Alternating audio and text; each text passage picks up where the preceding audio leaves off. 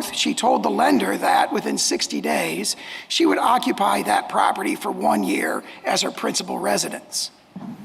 As President Trump stated in removing her, it is inconceivable that she was unaware of the first commitment when making the second, and it is impossible that she intended to honor both.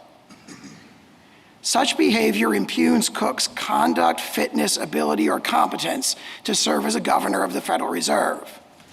The American people should not have their interest rates determined by someone who was, at best, grossly negligent in obtaining favorable interest rates for herself.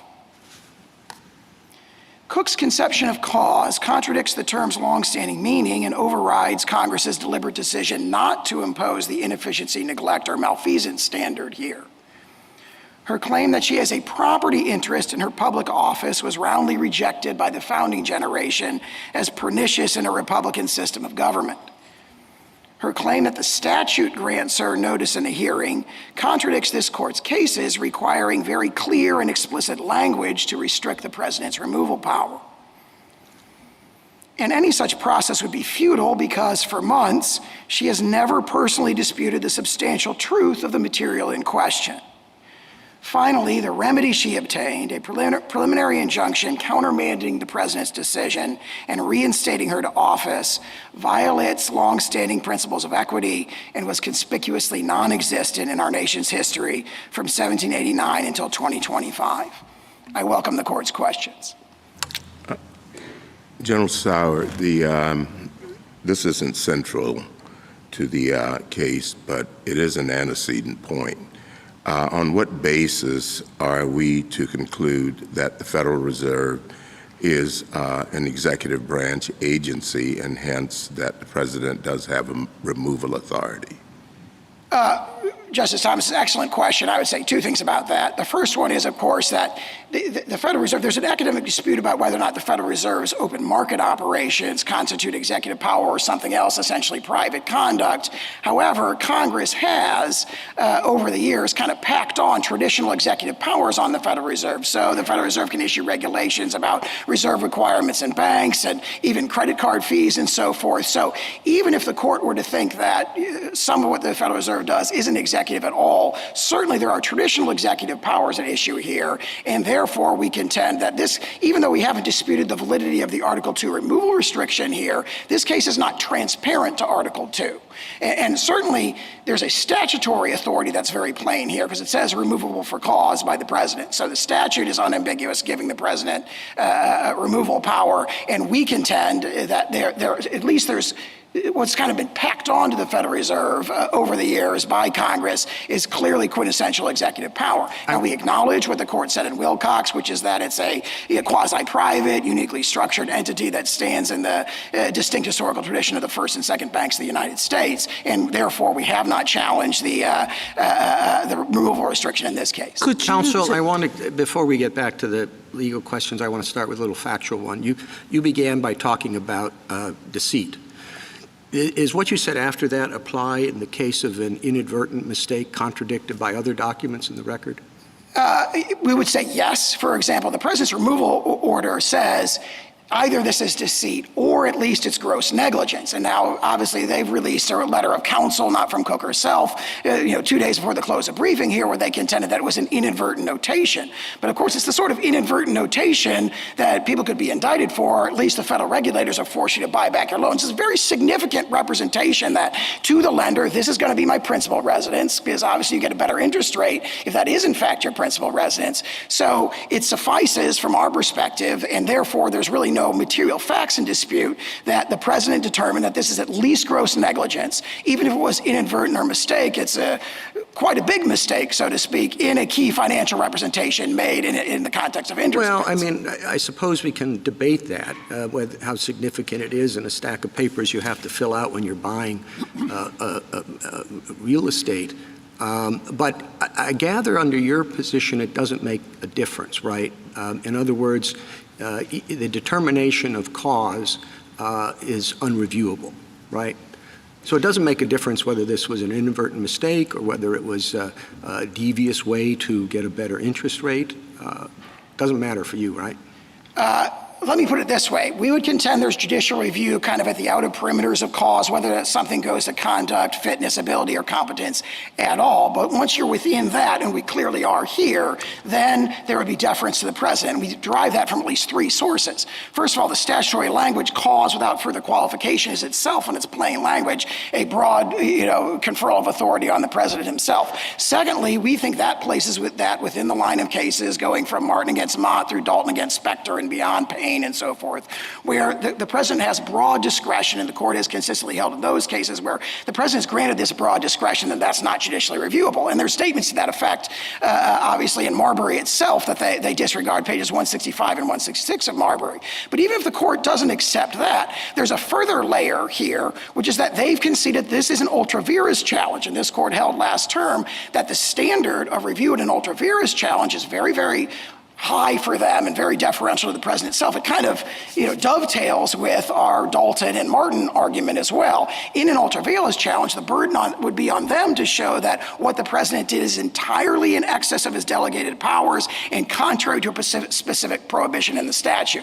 So there's kind of three ways to get to the same conclusion there, which is that once the president's made a determination, it clearly does relate to conduct, fitness, ability, or competence for that office, then at that point there's no work for the reviewing court to do. The traditional discretion to the president's determination would kick in. Counsel, were any of these questions, except the constitutional question, decided by the D.C. Circuit? The D.C. Circuit, in its stay opinion, relied exclusively on the sort of notice and an property interest opportunity to argument. be heard. That's what it said the Constitution required, correct? It said that, yes, it said there's a property interest in this office under Loudermill. That's the only issue it addressed. It did not address all of the things you've talked about today. What the definition of cause is, including whether it includes pre-office conduct and how much or what nexus there has to be between pre-office conduct and post-office conduct. One could imagine that what would constitute for cause during office would be different than what would happen pre-office. Even yourself below said if something was known before confirmation, you likely can't rely on it. You haven't quite said that up here, but logically, pre-office has a different temporal connection. Then the court didn't address whether the president's determination of cause is reviewable and under what standard. Ultra-virus seems to me to be whether or not another, and that's what all our cases have ever said about ultra-virus situations, whether another entity, another adjudicatory entity, has jurisdiction or we do. And three, whether Cook has a right to notice and hearing under the statute and what that means, and what remedy, if any, Cook can seek now or finally in the case. You ask us today in this emergency application to provide, to finally decide these issues. I want to know why. Meaning, the president, by your own admission, cannot fire someone for disagreeing with his policy choices. You've conceded that, correct? Correct. All right? So it's not as if keeping her is going to thwart any right he has to run the department, because he has none. He's conceded that. On policy, he does not. Now, it's not as if she's been incompetent, negligent, or committed malfeasance while in office. This is something pre-office. So keeping her in office is not causing an immediate harm to the agency. Number three, we know that the independence of the agency is very important, and that independence is harmed if we decide these issues too quickly and with not due consideration. So waiting, to me, to have at least the lower courts look at these issues first makes the most sense to the public's confidence and to the world's confidence about the due process of law. Explain to me why the president's harm is greater than the public's, greater than the Federal Reserve, who deserves to have people acting that have been in office. And number three, why we should disrupt, as we said in Wilcott, the disruptive effect of repeated removals and reinstatement of officers. Why shouldn't we wait till the end of this case, where all the issues are clear and where we make a final decision as to whether she should have been removed or not? Let me start by addressing that last point. We are seeking a stay of an unprecedented preliminary injunction restoring a principal officer of the United States after being removed by the President of the United States. 112 years, and it's unprecedented that any Federal Reserve officer has ever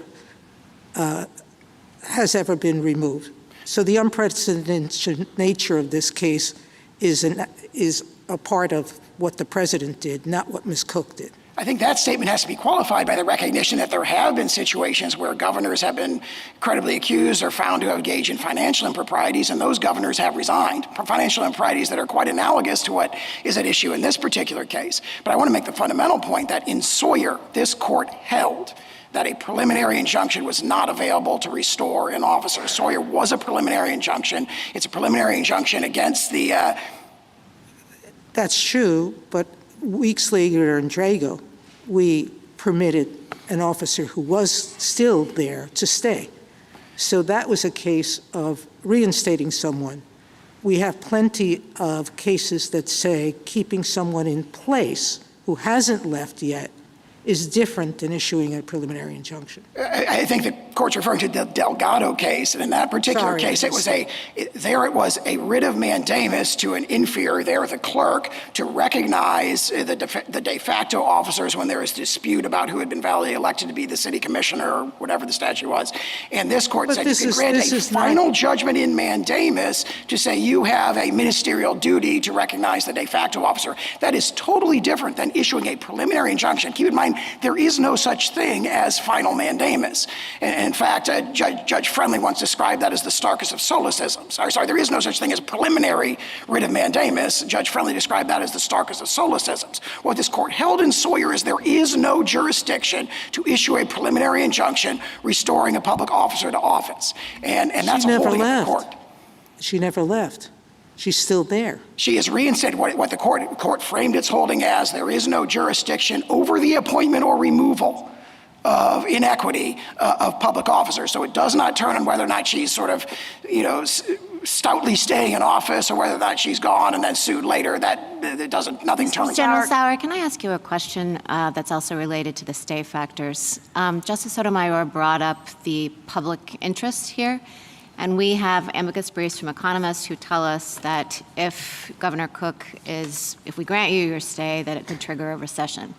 How should we think about the public interest in a case like this? Yeah, two things to say about that. One is, if you look at what actually happened here, she was removed on August 25th, and the stock market went up for the next 3 days. So we've already had a kind of natural experiment, so to speak, about whether or not the predictions of doom will really be implemented. And surely that if investors are jittery or whatever the argument is, you would have seen that on August 25th, and you did not see that. In fact, you have these surprised... Well, I'll interrupt you there to say that I don't want to be in the business of predicting exactly what the market's going to do. I agree, and that's why I think the court ought to consider all those amicus briefs and their sort of, predictions of doom with a fairly jaundiced eye. What the court has to do is weigh, essentially you have those amicus briefs a reflection of very elite opinion that but there's what's happened a risk, General Sauer. Yes. I don't want to be responsible for quantifying that risk. I'm a judge, not an economist. But if there is a risk, doesn't that counsel in the stay posture when the equities are at stake caution on our part? I think the court has to weigh that risk against the risk that there will be a permanent damage to the Federal Reserve's credibility from allowing an officer, a governor, to remain in office who's engaged in this kind of behavior before she gets office. Well, do we also engage in some weighing of our own about how serious we think the misbehavior was in the stay posture? And I'm not talking about once the case was here on the merits, but if she were accused of murder or something like that, if we're talking about something that was really an infamous crime, should we take the nature of the crime into account in the stay posture in the weighing of the equities? I think what the court ought to take into account is the close nexus between the conduct at issue here and the duties of this incredibly powerful position that has sweeping, powerful authority over the entire United States economy. The governor set interest rates for ordinary Americans all across the country. And here, there's the appearance of having played fast and loose, or at least been grossly negligent in getting favorable interest rates for herself. So it's appropriate What's the to take message to notice. ordinary Americans that comes out of that is the question for the court. And how do you weigh that against the elite opinion that's reflected in the amicus briefs? Obviously, President Trump's voice speaks to that concern of ordinary Americans. I think with the balance of the equities, what the court ought to do is look at the merits, which are extremely strong for us, and then look at its traditional and can stay factors. The court says when the government is a party, the irreparable harm to the government merges with the public interest. And here we have traditional irreparable harms, injuries to the president's ability to remove a principal officer of the United States. When you look at, for example, the originalist evidence we've talked about in the decisions of 1789, when everybody said, or both camps were saying,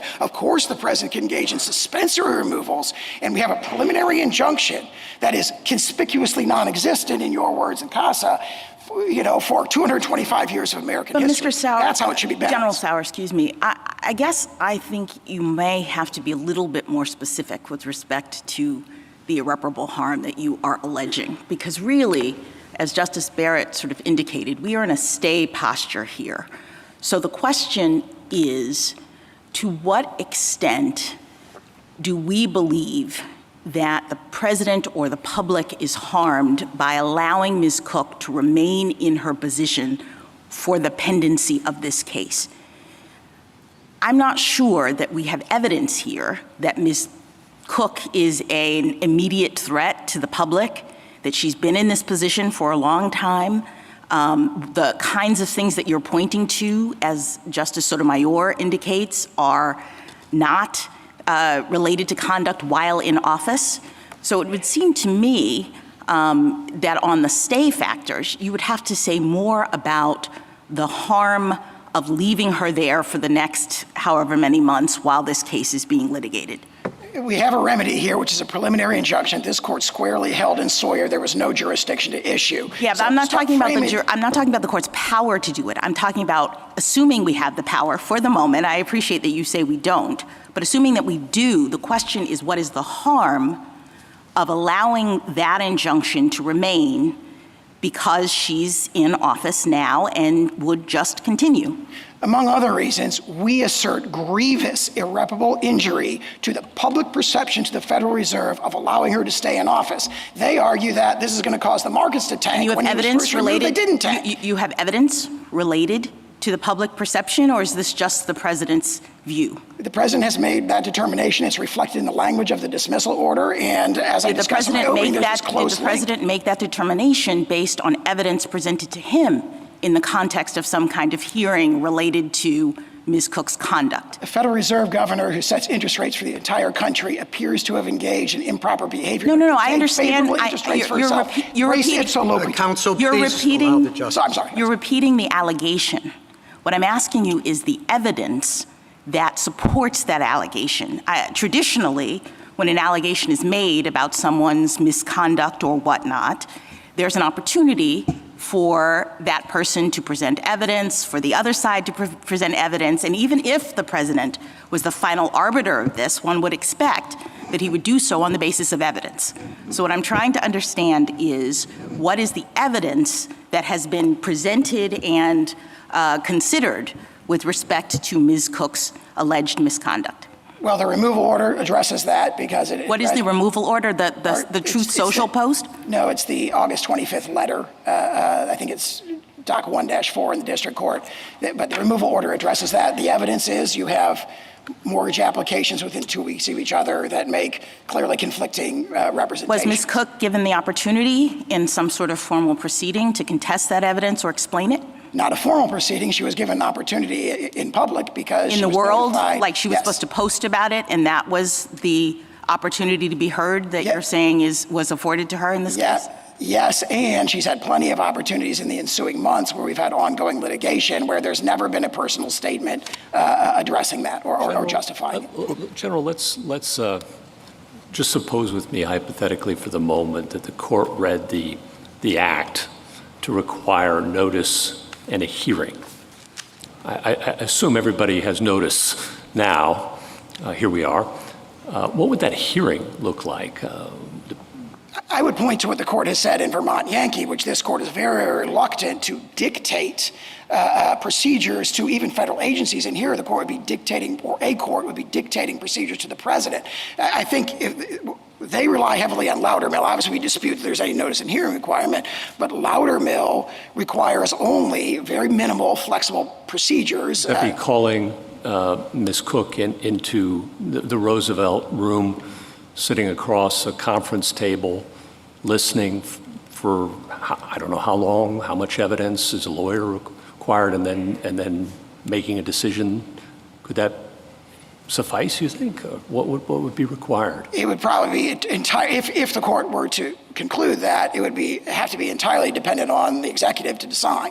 And that's what the case law indicates. Certainly, I think the question points out a great weakness in their argument, which is that the word cause does not include notice in a hearing on its face. Congress knows how to provide notice in a hearing. It did so in the NLRA 1 month before it reenacted the for-cause restriction here in 1935. And because it's not there, the court has nothing to provide guidance on that point. And if the court were to conclude that, it would be up to the executive's discretion. Just a meeting across a conference table finished with "you're fired"? I mean, all Loudermill says is that you have to be told of what the basis is of the allegations against you and give a chance to tell your side of the story. We believe that was provided in the 5-day window between the Truth Social post and the removal letter. And then you mentioned on remedy that there's no such thing as a preliminary injunction for mandamus, and I just wanted to hear you a little bit more on that. You mentioned Judge Friendly.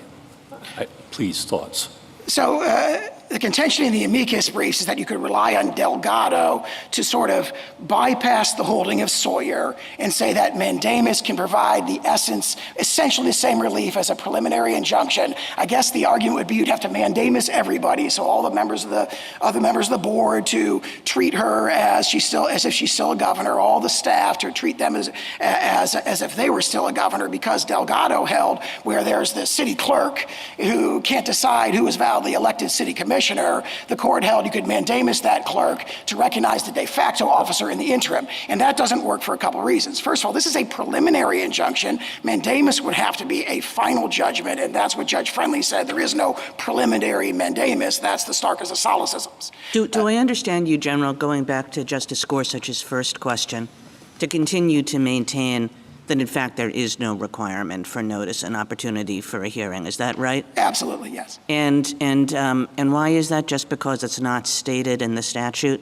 It's not stated explicitly in the statute, and Congress knows how to provide that because it did so a month earlier in a similar statute and has done so in many, many statutes. It doesn't do that. Yeah, I thought that with respect to the neglect and efficiency standard, you do recognize notice in a hearing for that, but not in this statute. Why the difference? Because neither is stated. Yeah, two reasons. In both Shurtleff and Reagan, this court expressly recognized that phrase INM or specified causes would bring with it notice in a hearing. And that's part of the court's holding in Shurtleff, as I read it, because there it was an INM standard, right. And there's a removal with no notice or hearing, and the court held, well, clearly this wasn't for INM because it was notice in a hearing. Your reasoning would be that was a mistaken holding, because since it's not stated in the statute, there's no need for notice and hearing. Not exactly, because the old soil argument that we reject as to just simply cause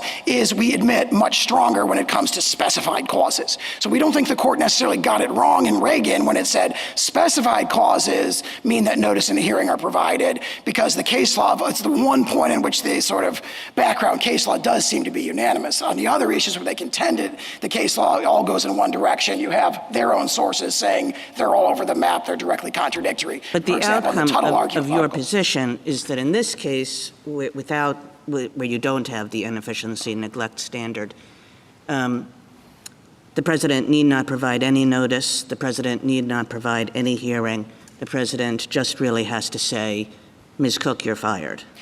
He has to provide a cause. We contend that there has to be a cause, something that relates to conduct, fitness, sufficiency, or competence. We concede it cannot be for policy disagreement or for no reason at all or at will.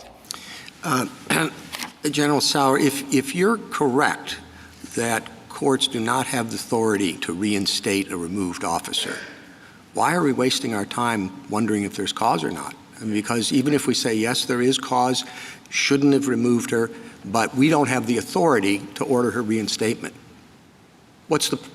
How is that consistent with the time and energy being spent on determining if there's cause? We agree that that's an alternative basis. As we say in our brief, that's reason enough to rule in our favor, and we have a holding of the court, Sawyer. We also have this tradition I was referring to earlier of recognition that runs from the decision of 1789 to all the opinions in Myers, it's alluded to in Wiener and so forth, recognizing the president's power of interim or suspensory removals. So we agree that's an alternative, that's an independent basis for us to prevail.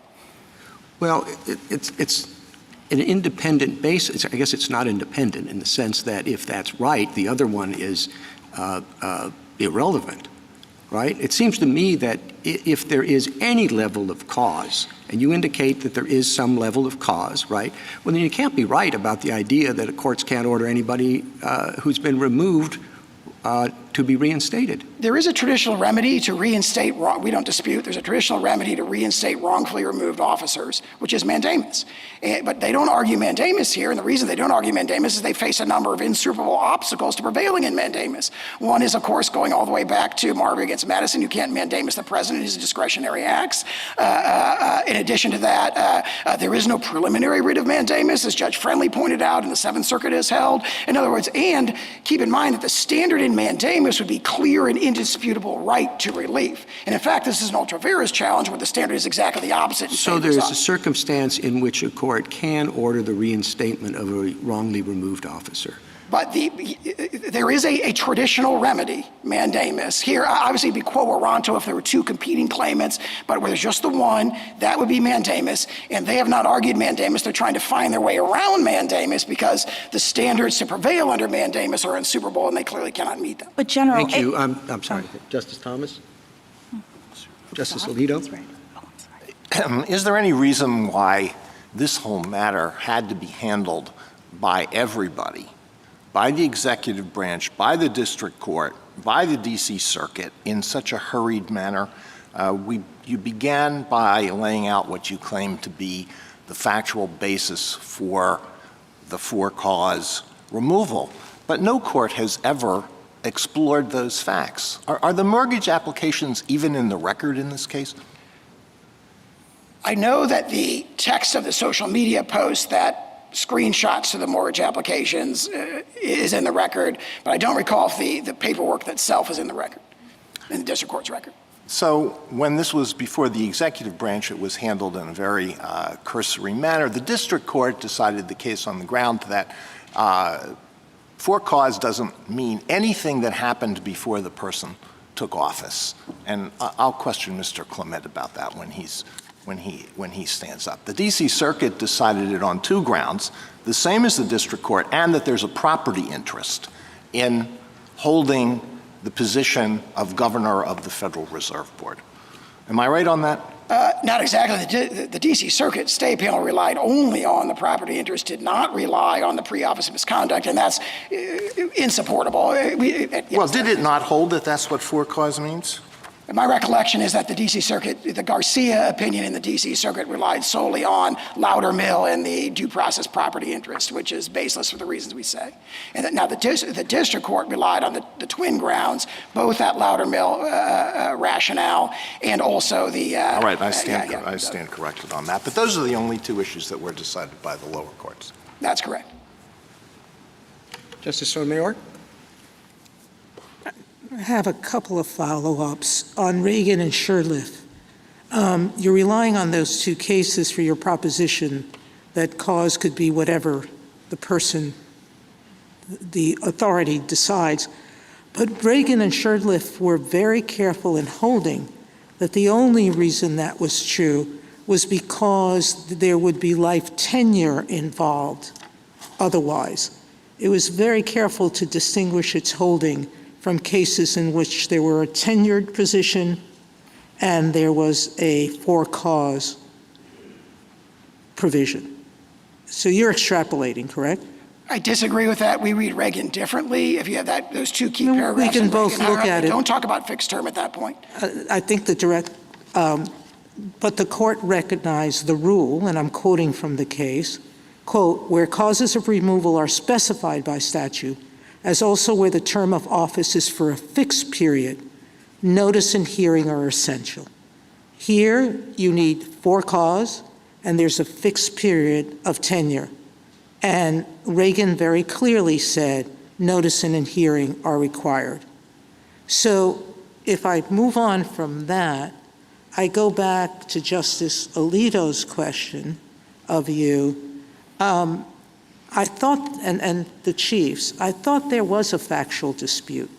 As I understood it, Ms. Cook's letter, her attorney's letter, and quite frankly, I've never understood that a letter from a lawyer wasn't a representation by a client. This is a new standard I've never heard of before in an informal proceeding. If the president can go by social media and one believes that that is adequate notice under law, I'm hard-pressed to think a letter from a lawyer is not notice from the adversary. But we can move on from that. The letter from Ms. Cook says, the Michigan bank gave me permission to rent because I got a job in Washington. I had to move from New York when I got my job in Washington, and frankly, I renovated my apartment the year before, thinking I would be in New York for the rest of my life. Things change, and the bank in Michigan, at least they represent, will say there was no deceit of them. As to the mortgage issue in Atlanta, Ms. Cook's lawyer represents that the paper submitted to the bank disclosed the fact that this was a vacation home. So they may not have experienced deceit. If they didn't experience deceit, then you're left with gross negligence, and the question becomes, is it grossly negligent to make a mistake on a mortgage application? And I don't know that gross negligence has ever risen to the level of a mistake. So there is a factual issue. Now the question is, who resolves that issue, the level of review of that decision, and those are all questions, as Justice Alito pointed to, have not been addressed below, correct? What was addressed below is, I think, exactly what just said a in the due exchange with process Justice right to Alito. notice in a hearing by the circuit court, and for cause being something that has to be only what's at the time of in office. I do agree with you. Common law did permit pre-office conduct to be considered, but only if for an infamous crime. I don't think this rises to an infamous crime. If I could say two things about that. First, on the narrow point about whether or not a letter of counsel can create a factual dispute in this context, that's the holding of this court in Codd against Velger, where the court said that suggestions of counsel are not enough. It's the party who has to do it. So there were representations of counsel there, and the court held that that wasn't That's enough in to a create legal factual. proceeding. This is an informal proceeding. Legal proceeding. Yeah, the point was there had never been any representation by the party in any context, formal or informal, and that's exactly what we have here. That's the one point. I can't remember the second point I was going to make in response to that. Thank you. Mrs. Kagan? General, can I take you back to the Chief Justice's question, the remedial question, the last one? Because in response to him, you said kind of no worries because there's a traditional remedy of mandamus. But then, pretty much in the next sentence, you said, but of course mandamus doesn't apply here because it's the president. So, I mean, when we're talking about the president's removal powers, you're essentially saying that the only remedy doesn't apply, and that brings you back to the Chief Justice's question, which is, well, if there's no way to reinstate, what does this cause requirement amount to? Well, Congress adopted a policy choice to impose on the president a cause requirement and not an I&M requirement. As Justice Alito pointed out in the CFPB funding case, this was a hard-fought compromise. No, but I between think two there's influential some camps. kind of cause. It doesn't have to be inefficiency, neglect, malfeasance, but there is some kind of cause that's necessary. You said that yourself in response to my last question, that the president has to state a cause. But if then you're saying, well, even if he flunks whatever that requirement is, there's no way to reinstate the person. There's no way to use the mandamus route. What does it amount to? It seems pretty, it seems non-effectual. It is if it is non-effectual, which we dispute, we think it's very effectual, and it's proven to be effectual in history because it provides the governors with the most important protection, which is that Congress apparently wanted to give them, which is protection against removal for policy disagreements. And governors have not been removed for policy disagreements. That has been Except respected.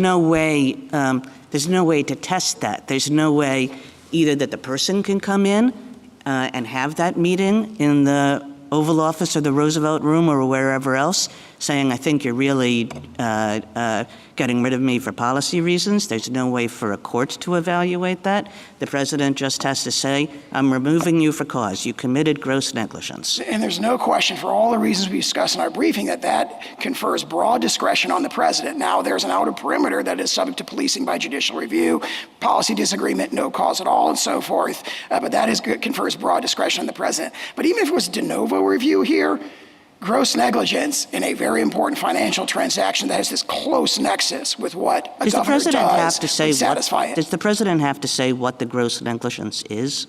Or can the president just say, I'm removing you, it's not for policy, it's for gross negligence? So we have, I think, conceded in the briefing that sort of determination would be subject to judicial review because he hasn't specified the cause. Now, the case law, that's a borderline case. The case law goes in different directions on that. Garland, one of the cases that we cited in our brief, kind of goes the other way in a way that'd be stronger for us, but we haven't disputed that in this case, that if there was no cause provided at all, then that would be subject to judicial review and likely an invalid removal. Thank you. Justice Gorsuch? Just to follow up on Justice Kagan's questions, I think in them was the question, if you think mandamus doesn't apply to the president at all, ever, how could you ever test the things you say can be tested? He has to remove for cause. He can't remove for policy disagreements. That might be one. The president says, I remove you for policy disagreements. He's open about it, let's say. Could happen. You would say still mandamus is not available, I think, wouldn't you? I think we would. Now, that might be a closer case because the mandamus standard is clear and indisputable right when we have conceded that policy disagreement would not be available. Actually, that might be a case where mandamus might be available with the caveat that how would Marbury apply to that? Marbury says you cannot mandamus the president in a discretionary decision. And so baked into our jurisprudence from the dawn of this court is the notion there's going to be some things the president does that you can't dispute. Would you say that's not a discretionary decision? If the president says, I fire you for policy reasons, that would be outside of his discretion and therefore subject to mandamus. Essentially, the argument would have to be that'd be ministerial within the meaning of Marbury, and then I think that standard in Marbury kind of gets ported into the standard in Cheney, clear and indisputable, right? Yeah, so it would be clear and indisputable and therefore could run against the president in that case. Hypothetically, I'd have to do a lot more study, but we're taking a firm position on that. Justice Kavanaugh? For present purposes, you accept the constitutionality of the for-cause removal provision for the Federal Reserve, and that is what protects the independence of the Federal Reserve. What, in your view, is the purpose of that independence? It protects the governor, exactly reflecting the plain text of the statute, it protects the governors for removal for policy disagreement or for no reason at all. What is the broader purpose of that? To preserve the independence of the Federal Reserve. And what is the broader purpose of that? Well, there's a number of reasons that are discussed by their amici, and I think not disputed by us, which is that there is a long tradition of having this exercise of monetary policy be exercised independent of executive influence, and we don't dispute that that's what Congress was doing in that statute. And again, we have not disputed the validity of the for-cause removal restriction here. And why is that independence important in your view? We don't dispute the importance of that for many of the reasons that their amici say, but we emphasize that there's a balance struck here. This is not a ironclad, you can never be removed. There is a cause removal authorization. But on that, your position that there's no judicial review, no process required, no remedy available, very low bar for cause that the president alone determines, I mean, that would weaken, if not shatter, the independence of the Federal Reserve that we just discussed. We disagree with that, and I would point to the point that the point you made that this is a low bar for cause. In a sense, it's a very high bar. It's a very strong protection because it does protect them from the one thing that Congress was apparently most worried about, which is a removal for policy disagreement. But it would be in the view of the president who might have a policy disagreement, and there's no judicial review, and the president can just define it on his or her own. Right? One of the strongest traditions in this court's jurisprudence is the sort of presumption of regularity to the president's action. That has applied to this provision, I think, effectively for 112 years, and it continues to do so.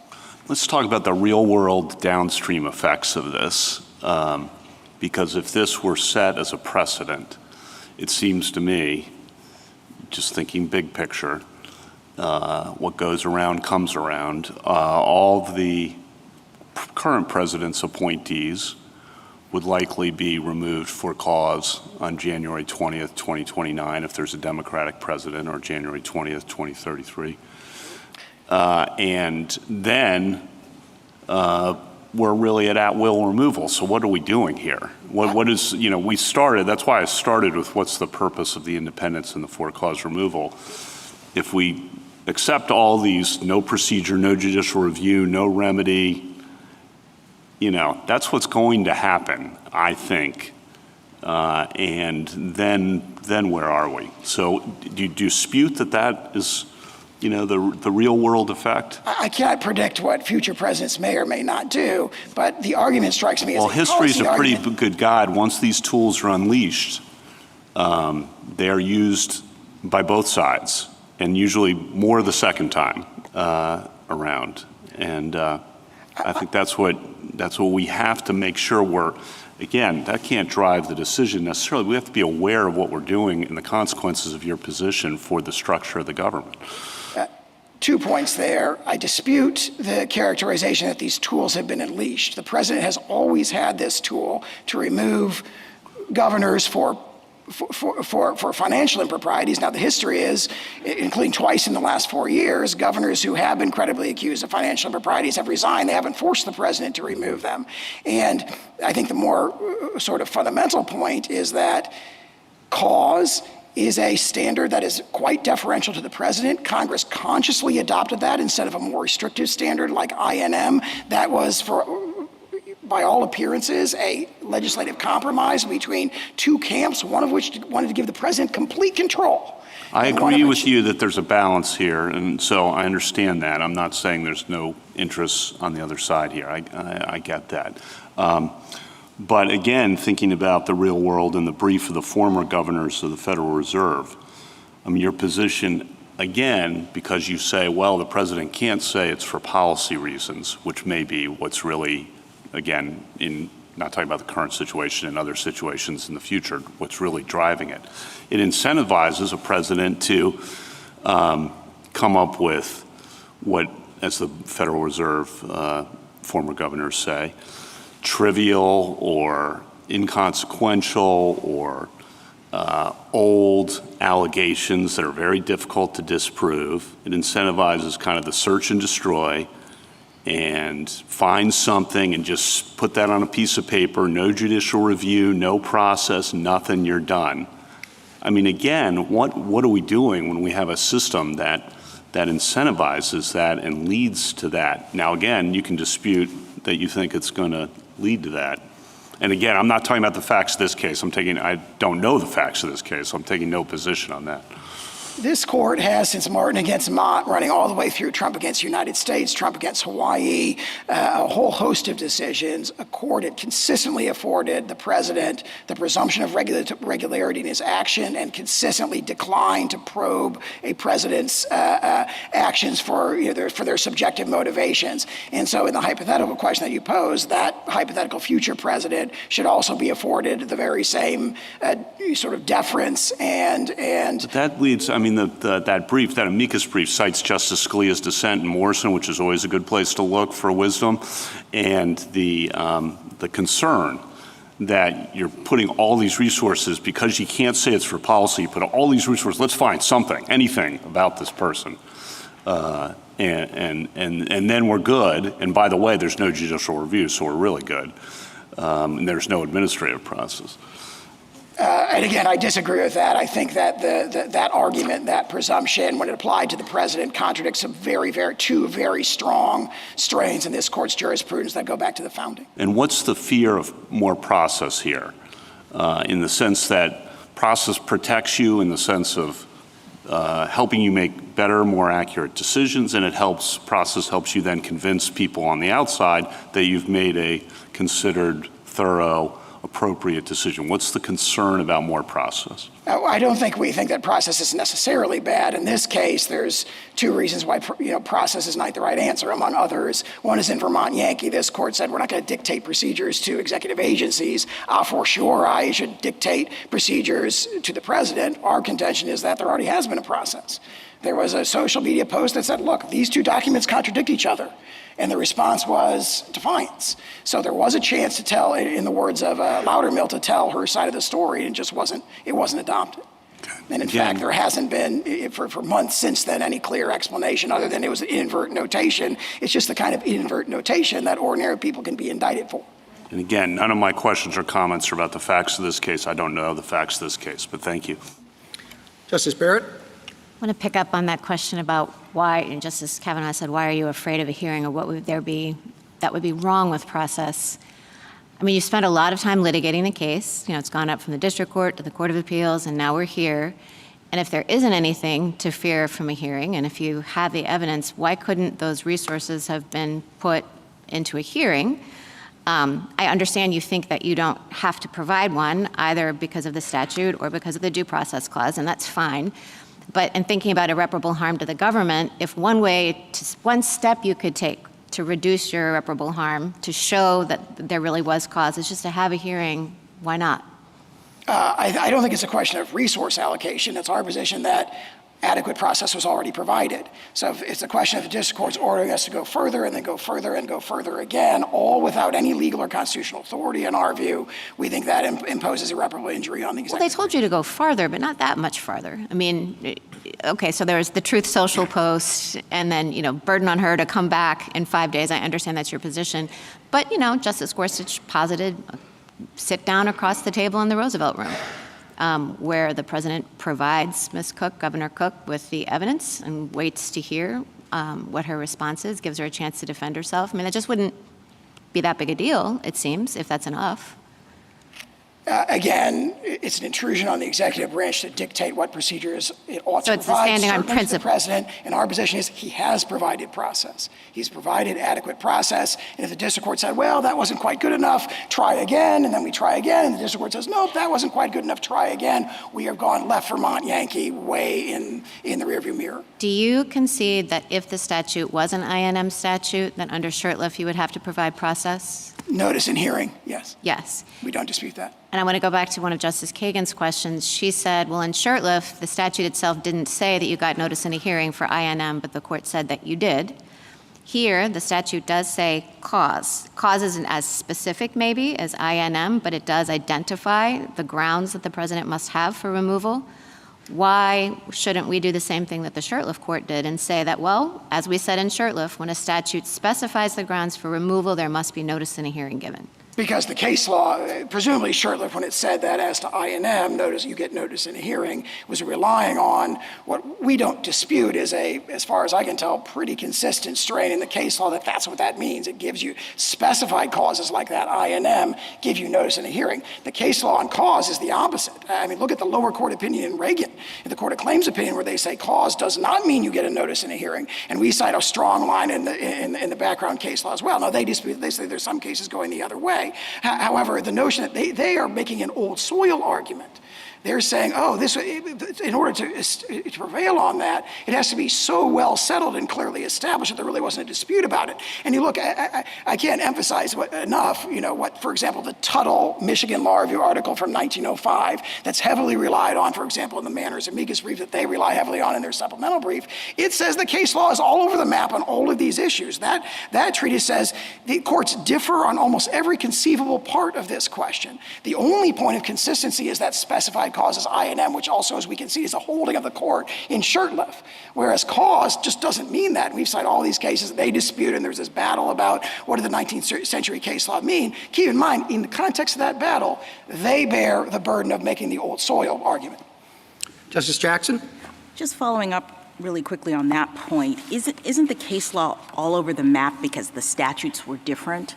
I mean, I understand the Manners brief, which they rely upon to really drill down on the various statutes related to removal and to have identified ones, for example, that have a fixed term but allowed removal only for cause, or had a fixed term and provided for removal at the president's discretion, or didn't have a fixed cause, a fixed term, et cetera, et cetera. There's like a series of permutations, and in those different circumstances, courts, which asterisk were actually reviewing this, so that in the first instance makes me question your view that courts couldn't review it. But setting that aside, we have a bunch of cases that come out different ways because the statutes are different.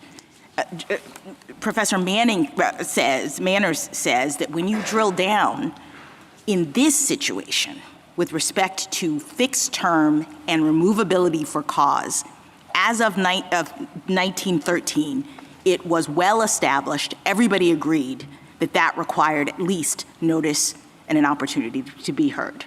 So what is your response to that? We're looking at a particular statute that does two things, fixes the term and has for cause.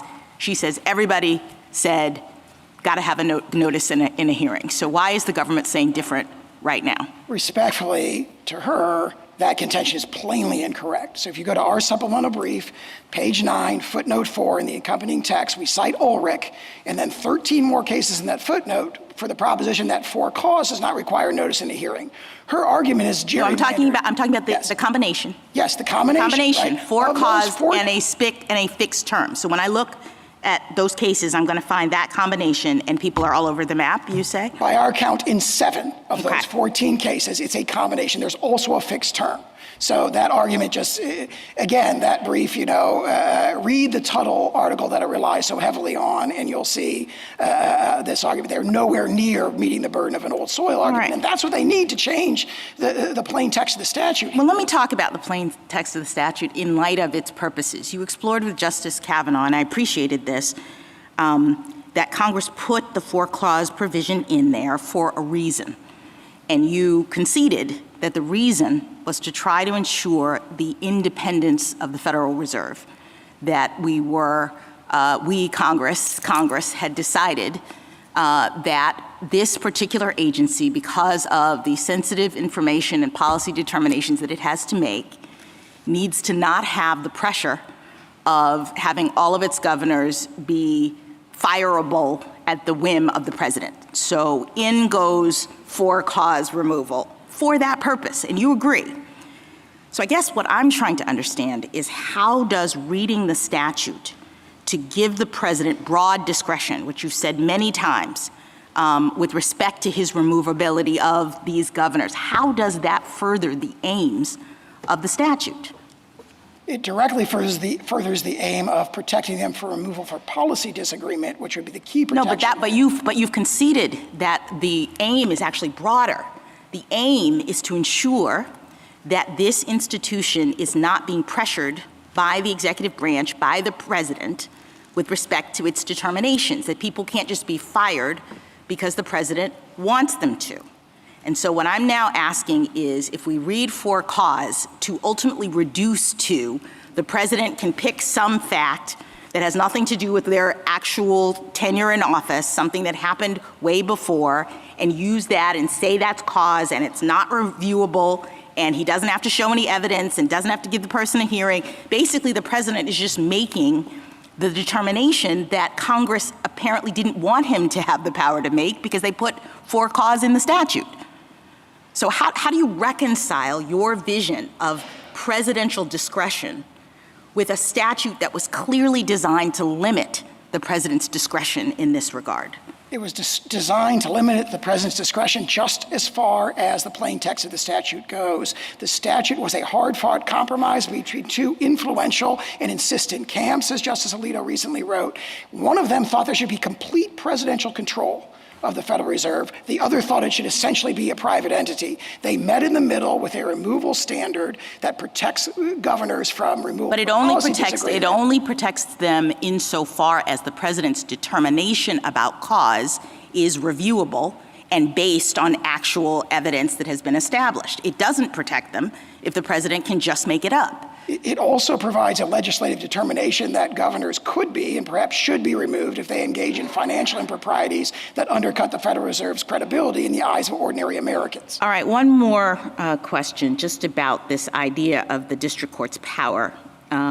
You've talked a lot about mandamus being the remedy, but as I read the cases in the law, mandamus was the remedy for courts of law that were being asked to reinstate removed officers. And this was back at a time in which courts of law and courts of equity were separate. We now have a fused system. Courts of equity could always be asked to step in and prevent the removal of this person. To the extent the person was claiming that they were not removable, say because the statute says they could only be removed for cause, a court of equity could be invited through this claim to come in and pause the circumstances, not allow this person to be removed until the courts of law had actually litigated the claim of removability. I think that's the world we're in. This was the very first question that Justice Sotomayor asked you. And so can you just explain why you're insisting that mandamus is the only thing available to the district court in this situation when this is an equitable decision in the interim in the way that I discussed? It is, the preliminary injunction is an equitable determination, and it's one that the district court plainly, under Sawyer, plainly lacked jurisdiction to enter. And again, I also, in addition to the holding of this court in Sawyer, that a temporary restraining order purporting to restore a public officer exceeded its equitable powers. My question posits that we're not talking about restoration. We're talking about Ms. Cook's application to the court before she was terminated to prevent being terminated because her claim is that I'm not removable. That's an equitable determination. It's being made in the interim. She's not yet been removed because the court prevented that with its preliminary injunction. Courts of equity did that all the time. So I don't understand why you're saying it's inappropriate for that to be done now. Sawyer, in addition to that, as I alluded to before, there's this strong tradition of recognizing the president's authority to engage in suspensory removals pending the final determination. And that alone is enough to point out that there's no power to do the preliminary injunction that was entered here. Thank you. Thank you, General. Mr. Clement? Mr. Chief Justice, and may it please the court. The Federal Reserve is a uniquely structured entity with a distinct historical tradition. Part of that historical tradition is an unbroken history going back to its founding in 1913, in which no president, from Woodrow Wilson to Joseph Biden, has ever even tried to remove a governor for cause, despite the ever-present temptation for lower rates and easier money. Even in this case, the president recognizes the unique status of the Fed by neither arguing that the removal restriction is unconstitutional nor asserting the ability to remove a Fed governor without cause. But despite that recognition, the sum total of the Solicitor General's arguments would reduce the removal restriction in this unique institution to something that could only be recognized as at-will employment. No procedural due process before removal, no judicial review after removal, no preliminary injunction to preserve the status quo, and a conception of cause so capacious that apparent misconduct or gross negligence suffices. That makes no sense. There's no rational reason to go through all the trouble of creating this unique quasi-private entity that is exempt from everything from the appropriations process to the civil service laws just to give it a removal restriction that is as toothless as the president imagines. But if that removal restriction has real substantive and procedural bite, then this emergency application should be denied. There is simply no reason to abandon over 100 years of central bank independence on an emergency application on a preliminary record. I welcome the court's questions. But if there was such concern for independence, could the removal statute have been written, as others have been written, to require a hearing and review?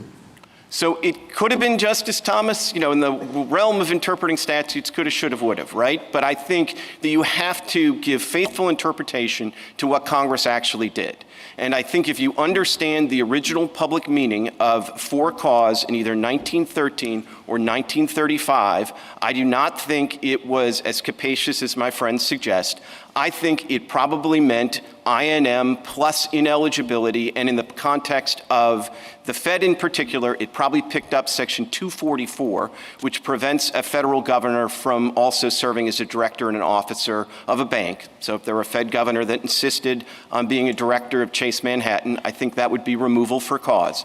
And then on the context of the hearing, and I think Justice Kagan already alluded to this, but there are all these statutes about INM that don't mention a hearing, and there are many statutes that talk about cause and don't mention a hearing. Now, it's true that the NLRA, which was passed a month before, did specify a hearing.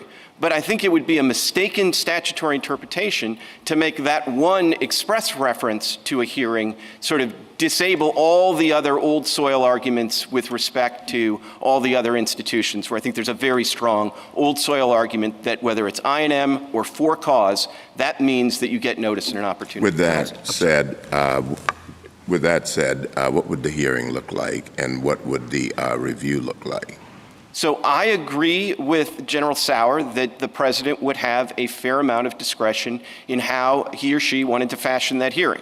I mean, one example we have historically is President Taft, and he sort of gave the removed officials the full Taft, and it was notice, opportunity for a hearing before an impartial tribunal that serendipitously included future Justice Frankfurter. And then so that's kind of the maximum that the president could give, but we're not suggesting that you need to give the full Taft. The president would have a lot of flexibility on that. I think you asked what the review would look like, and I think that actually sort of gets to the heart of where the president's incentives would be. I think the more process that the president provides, the less room there's going to be for judicial review and judicial second-guessing of factual determinations. So if a president wants to give the full Taft, I think the scope for review of factual determinations by that kind of tribunal would be very narrow, but I do think there would be legal review. I'm not sure I understand exactly what you want a hearing for. If your argument is inadvertence, it doesn't seem to me that there's much you can say factually other than that. You can't say, well, this is why we did it, and this is okay, and all that. It's just an inadvertent mistake. Now, there obviously are a lot of legal questions to be addressed, but again, those are questions for the court, and not the basis for a factual hearing. You don't have anything. You have one sentence to say. It was inadvertent mistake. Well, I mean, Mr. Chief Justice, I think in a case where the president's going to say that it's an inadvertent mistake is enough, and the potentially removed official's going to come in and say it was an inadvertent mistake, then you're right. I think the hearing's not going to matter that much. Now, in the real world where you have no precedent for this kind of removal, I think if there were notice and opportunity for a hearing, there might be an opportunity to not just present the factual evidence, but to also make the case. And given these particular facts about this particular inadvertent mistake, that isn't a basis for removal. Well, I think you're talking about the legal arguments, though. The arguments we're hearing today. I think that's right, Mr. Chief Justice, and I do think those could be made in a preliminary way in the process that was provided by the executive branch. But as I alluded to, I do think on the substantive question of what's for cause, there needs to be judicial review. And I think there needs to be judicial review of that question for all the reasons that were alluded to in the various colloquies. Because if there's no judicial review, then this is all kind of a joke. I mean, we can sit here and posit that, well, this would be for cause and that would be for cause, but none of it would matter because there'd be no judicial review. Well, on the question of what is for cause, what the district court held was that it must relate solely to in-office conduct.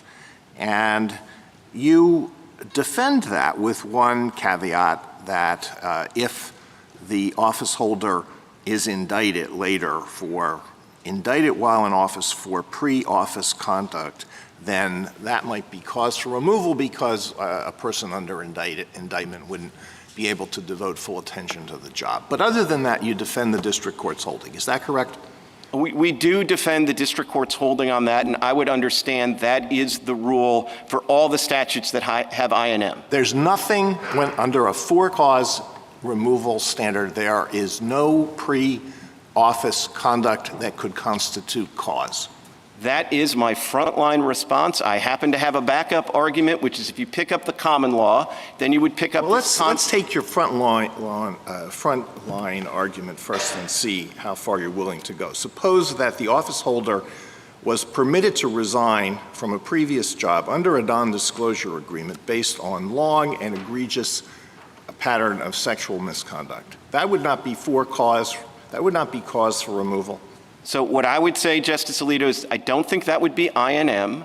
And so if I'm going to stick to my frontline position, then that would not be for cause. It would certainly be a basis for impeachment.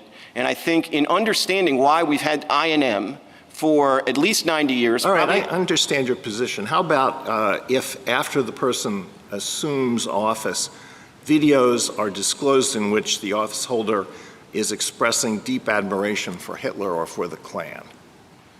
I can only imagine where these typos are going to eventually go, Your Honor. Well, yeah, because your position I'm going to stick with my position. Of course I'm going to stick with my position. And I'm going to say that's an official that would be impeached in a heartbeat, and the fact that they would be impeached in a heartbeat is going to cause them to resign in half a heartbeat.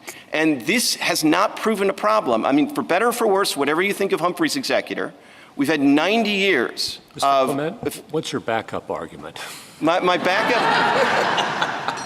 backup argument is the common law standard. Justice Sotomayor alluded to it, which would be that there's a removal basis for an infamous crime of the kind that is disabling for public office, and at common law it also required a conviction.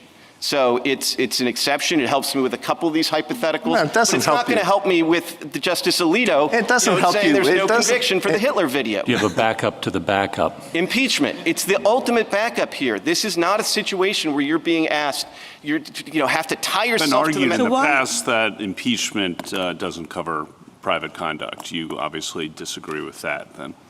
Well, I certainly see, but this actually kind of makes the point about judicial review, right? I mean, I'm not saying I agree with that, by the way. It's just been argued. Right, but what I absolutely agree with is the Walter Nixon case says that there's no judicial review of the impeachment determination in the end.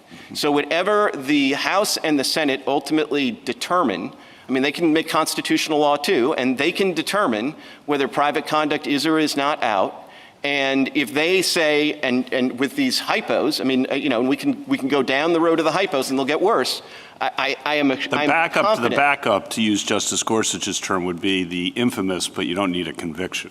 Right. No, absolutely. And of course, that seems to solve answer a lot of the difficult hypos, correct? Correct. But the reason I want to spend at least a moment answering some of the hard hypos is not because I'm a masochist. It's just because those are got to be the answers under INM. Your answer is that those are funneled to the impeachment process. That's right, and that's the way INM has worked for 150 years, and I think it would continue to work. It hasn't proven a problem in practice, but I'm not resisting very hard the backup to the backup on that because I don't think we're close. And of course, look, all of these are hard questions, which is all of the reasons why it's kind of crazy to decide this on an emergency application. Yes, well, there are a million hard questions in this case, and it is an emergency application, and very difficult questions, either no precedent or very conflicting or very uncertain body of precedent. But there are two things were decided by the lower courts. One, that what I just explored. The district court said it's got to be in-office conduct, nothing that happened before person took office counts. And then the D.C. Circuit said that your client had a property interest in her office, and therefore a due process right. Is that right? She had a property interest in being a governor on the Federal Reserve Board? So I think there's a perfectly reasonable argument for that, but I also think that there's a better argument that's a constitutional avoidance argument. And what the D.C. Circuit did in a per curiam opinion is sort of an example of what happens when you're trying to rush all of this, which is you jump right to a constitutional holding when there may be a perfectly good constitutional avoidance statutory holding there. And I think we've now had a couple of months and a bunch of amicus briefs to ventilate some of these things. And I think you get, with that ventilation, you get an understanding that there is a very good statutory argument. And I do want to talk about best reading a shirt lift. Why wouldn't that be a basis for sending it back to consider these arguments in the first instance? If you aren't prepared to defend the due process argument and perhaps your frontline argument on that things that happen before employment are categorically and always off the table. If those two decisions, which, to be fair, were of course issued under a time constraint, might have some flaws, why shouldn't it go back to reconsider it? You've advanced a lot of new arguments here, so have your friends on the other side. So it should go back. It should just not go back with an emergency stay being granted, which is an extraordinary relief that depends on my friends on the other side showing an extraordinary burden of irreparable harm and showing that they have a likelihood of success on the merits. And I think likelihood of success on the merits in this context doesn't mean just a likelihood of showing that the two grounds that were seized on in the quick briefing below are wrong, but that they're actually right. And I think the briefing here has done two things. I think it showed that we're right. I'm not abandoning my frontline arguments, but I love my backup arguments. I think they are very strong. And I think it shows the sort of, the problems that happen when you try to decide some of the most important issues of constitutional law in this kind of rushed way. Can I ask you about the mandamus question? Why isn't mandamus the appropriate avenue here? It is an appropriate avenue at the end of the case. Even at the end of the case, though, I think, and this is consistent with what Professor Bray says in his article, even at the end of the case, I don't think you have to leap to mandamus. I think you can have a declaratory judgment Well, first. let's put the declaratory judgment issue aside, because we can talk about mandamus for just a second.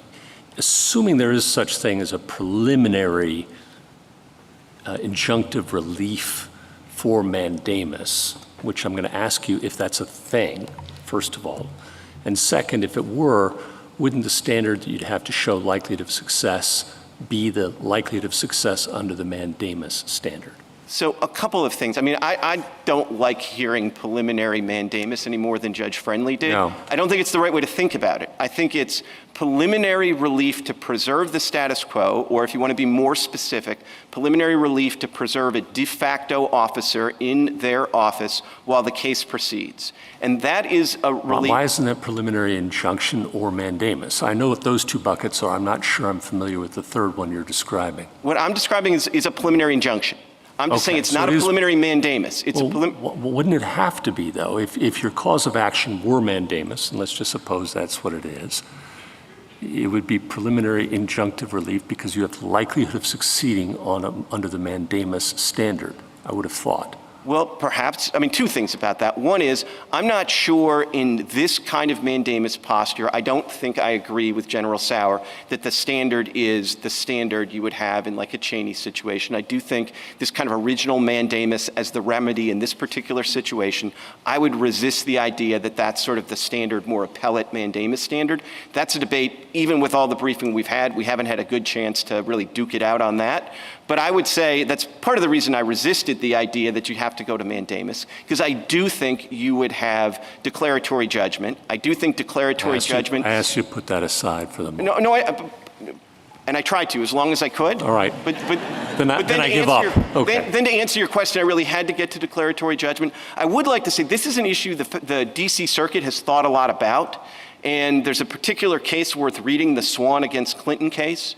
And that's a case where they kind of wrestled with this question about would you have mandamus against the president at the end of the day? Can you direct the president? And there's a great concurring opinion by Judge Silberman where he basically says, look, the judiciary is creative and clever enough to figure out a way to fashion injunctive relief against the lower federal officials. And that solves the problem about having the relief run against the president. And the reason that the D.C. Circuit has wrestled with that in a couple of contexts, and I think the Chief Justice alluded to this, if they were really right about that, then you'd have to wrestle with this at the beginning of the case as to whether there's any redressability at the end of the case. And in the Swan case and even in the Severino case, the D.C. Circuit has said there's not a redressability problem. We can figure out a way to direct the relief at the lower government officials, and that will be sufficient unto the day. And that happens at the end of the case, right? After the whole thing has been litigated and some court, perhaps even this court, decides the removability question. The president does not, we would say, have the right to remove her. And then we go to remedy, and the question is there a mandamus or not? The reason why I thought mandamus wasn't on the table right now is because we're not there. We're in the middle of the case. No one has made a definitive determination about the president's right to remove her. The question now is just in the interim, while that issue is being litigated, what happens? And that's about the equities. That's about whether it's going to be more harmful to leave her in the position than not. That's what I thought this motion was about. I mean, I think that's right, but it's specifically about whether you can get some sort of preliminary injunctive relief to preserve the status quo and keep the de facto officer in place. And I do take Justice Gorsuch's question, which is at the end of the rainbow, all there is mandamus, and you can't have mandamus against the president, then at this point you'd say, what's your likelihood of success at the merits? And you would say, there's no likelihood of success in the merits. But I think, as I alluded to, even before that, you'd say, is there any redressability here? But wait, I'm sorry, why would that be a merits issue? You'd have no likelihood of success on the merits, you just have no remedy. You would win on the merits. The merits are that the president wasn't supposed to remove you. But you would lose because there's nothing to lose ultimately in terms of not having a remedy, right? Well, I mean, you could draw the distinction that way. I think if you have no remedy at the end, you probably have the redressability problem at the front end, which is why the D.C. Circuit has addressed this on a number of bases. These are not emergency application decisions. These are decisions of the D.C. Circuit. They obviously don't bind this court, but they are the considered judgment of a court that's dealt with, with all the removals there have been, and there haven't been a lot of them, but with respect to other officers. So, I think that's pretty good authority. What would judicial review in this context look like? I mean, this is not a question about what the standard is. It's more a question about, is there a kind of deference to give to the president? How does that deference operate, whatever the standard is? Sure. So I would divide between sort of factual questions and legal questions. As to the factual questions, I would say that there's going to be a degree of deference, and the degree of deference depends on the degree of process that's provided. So if the president wants to go full Taft, I don't think the courts are going to be in a position to second-guess the factual determinations. If the president wants to do something more informal, he's entitled to do that, but then I would think there'd be more of a scope for, having more hearing, more process in the judicial forum. On the legal question, I would say in a post-Loper world, there's no deference to the legal questions, and the courts are going to have to decide ultimately what are the boundaries, the metes and bounds of for cause. And the only other thing I would add is I think that you're going to want to erect meaningful standards of cause because, there's kind of two options here. You could either have judicial review that spends a lot of time looking into pretext of the president, and that just doesn't seem like a good thing for the courts, for the president, or anybody. Or you could erect relatively demanding standards of cause, and that's going to, I think, obviate the need for that kind of pretext inquiry. Yeah, so General Sauer's version of cause, which is it's not policy, it's something other than policy. Why isn't that the backup to the backup to the backup? Well, because it would kind of destroy the whole point of having an independent central bank in the Fed. And it just seems to me like at some point, I mean, we're all here on the assumption for this case that the Fed is a uniquely structured institution with a distinct historical tradition. And so if that's true, and then you tick through the statute and you see all the things that Congress did, I mean, including, Congress wasn't just trying to take the Fed and keep it from sort of being unduly influenced by the president when it came to rates right before an election. It did the same thing to itself by limiting the power of the purse over this institution. And then you go through and, just every provision of the statute is trying to treat this unique institution differently. And then at the end you have for cause, which, could mean what General Sauer says, but if it means what General Sauer says, then the whole enterprise was a lot of trouble for nothing. On the future judicial review and what that looks like, would the witnesses testify in court, or is it done on the record established by the executive branch, or does that maybe depend? I would say it depends on what kind of process was provided by the executive. And look, I agree with General Sauer. This court's not going to dictate, here's Robert's rules, have at it. But I think this court can do something useful, which is essentially to create an incentive for the executive to provide something that's a little bit more protective, a little bit closer to Taft than something incredibly informal. That sliding scale is extraordinarily unhelpful. What is the minimum that the executive, in your view, has to provide? The minimum type of hearing that you think is required by this statute? So the minimum hearing, I think, would have three components. One is notice, and that's really not much of an issue here. I agree with that. The second is an opportunity to provide evidence to the decision maker, and we don't think that happened here. And then the third thing is some effort to keep the final decision maker from prejudging the issue. And part of the problem you have in this particular case is that I think the president was proceeding on the understanding of the statute that's faithfully represented here by the Solicitor General, which is he wasn't acting like a removing authority that was subject to any due process. Because if he were sort of subject to that, he wouldn't have said in his opening tweet, "You must resign," and he wouldn't have said 2 days later, "Resign or be fired." Does that mean it has to be a body of disinterested decision makers? No. People who are not part of the executive branch and can exercise independent judgment that way? No? Then No. What does it require? It requires just what I said: notice, an opportunity to provide evidence, and a decision maker who hasn't prejudged the issue. That decision maker can be the president. I'm not sure I necessarily recommend it as my choice A, but how can it not be the president? The statute authorizes the president to make the removal decision. How could it be anybody else? Well, look, if you believe in the unitary executive theory, then anybody that makes the removal decision is acting on the president's power. I think it would work. I think the way it worked for Taft is the tribunal made a recommendation and then Taft executed. Right. So it was the president making the decision. The president has to make the decision, right? Or delegate it to somebody who he wishes to make that decision, Yes. who's reportable to him. Yes. Okay. At will. At will. Yeah. Right. Absolutely. Okay. And the president can be the final decision maker, but if he's going to be the final decision maker and there's a due process right, and I mean that statutory or constitutional, then he needs to be a little bit careful and say, these are the allegations.